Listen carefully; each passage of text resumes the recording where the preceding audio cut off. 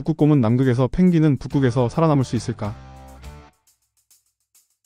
북극곰은 이미 추운 환경에 적응한 동물이지만 남극은 북극보다 평균 기온이 훨씬 낮고 강한 바람이 자주 불어 체감 온도가 더욱 낮아지는 극한 환경을 가지고 있습니다.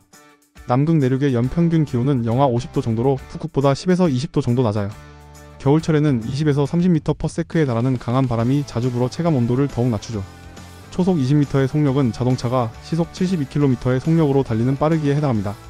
중간 정도 크기의 태풍에서 부는 바람의 속도이기도 하고요. 북극의 겨울철 평균 풍속이 7에서 10m/s이고 극한 상황일 때나 간혹 20에서 30m/s의 강풍이 분다는 사실을 보면 남극의 기후는 북극곰에게 훨씬 혹독합니다. 대부분의 사람들은 이러한 남극의 혹독한 추위 때문에 북극곰이 남극에서 생존하지 못할 것이라고 생각하죠. 하지만 사실 꼭 그렇지는 않아요. 대부분의 북극곰은 해안가에서 서식해요. 생태적 분류에서도 해양 포식자로 분류되죠. 따라서 남극에서도 해안가의 터전을 잡을 가능성이 높은데요. 남극 해안가는 여름철에는 북극 해안가보다 조금 더 추울 수 있지만 그 차이는 5에서 10도 내외로 크지 않습니다. 겨울철에는 오히려 남극 해안의 평균 기온이 북극보다 높을 때도 있어요. 따라서 기온이 생각만큼 크게 문제가 될 것 같지는 않아요. 하지만 추위 말고 다른 문제가 있습니다.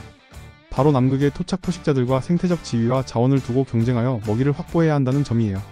표범물범은 남극의 최상위 포식자로 북극곰과 비슷한 생태적 지위를 갖고 있죠. 범고래 또한 해양 생태계의 최상위 포식자로서 해안가나 얼음 가장자리에서 북극곰과 먹이를 두고 경쟁하게 될 겁니다. 남극의 덩치 큰 바다 표범류와는 해안가에 영역을 두고, 자이언트 페트렐과는 죽은 동물의 사체를 두고 경쟁하게 되겠죠. 이러한 다양한 경쟁자들의 존재는 북극곰이 남극 생태계에서 안정적인 위치를 확보하는 데 큰 장벽으로 작용할 거예요. 펭귄이 북극으로 이동했을 경우는 상황이 조금 더 어렵습니다. 북극에는 펭귄에게 익숙하지 않은 포식자들이 존재하기 때문인데요. 펭귄은 남극 생태계에서 중간 소비자의 생태적 지위를 가집니다. 크릴이나 물고기, 오징어 등의 먹이를 먹고 범고래나 표범물범, 자이언트 페트렐 등의 해양 포식자를 피하며 생활했죠. 하지만 북극에는 남극에서 만났던 해양 포식자 이외에 북극곰이나 북극여우, 북극늑대와 같은 육상 포식자들이 펭귄을 노릴 것입니다. 따라서 육지에서 비교적 안전하게 번식할 수 있었던 남극과는 달리 북극에서는 육지에서도 포식자에게 노출됩니다. 북극의 해빙 환경도 다소 불리한데요. 남극은 중심에 거대한 남극 대륙이 있고 그 주위를 남극해가 둘러싸고 있습니다. 해빙은 주로 대륙의 가장자리에 형성되며 펭귄은 해빙을 통해 바다와 육지를 오가며 생활하죠. 반면 북극은 중앙이 얼음으로 덮인 바다이며 주변에 작은 섬들이 흩어져 있어요. 해빙은 이 섬들과 대륙 사이 좁은 바다에 주로 형성되는데 대륙과 연결이 되어 있지 않아 번식지와 사냥터를 오가는 생활 패턴을 유지하기 어렵습니다. 또한 펭귄이 번식할 만한 넓고 안전한 육지가 거의 없어서 펭귄이 서식할 장소를 찾기 어려울 수 있어요.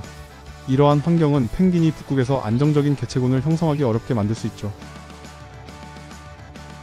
하지만 그럼에도 불구하고 언젠가는 결국 펭귄도 북극곰도 생태계의 어엿한 구성원으로서 자리잡게 되지 않을까요? 그게 바로 생명이니까요.